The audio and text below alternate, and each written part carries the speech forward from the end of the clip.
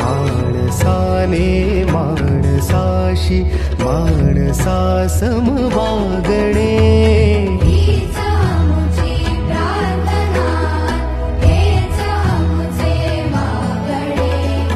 माणसाने माणसाशी माणसा सम वागणे, हीच आमुची प्रार्थना.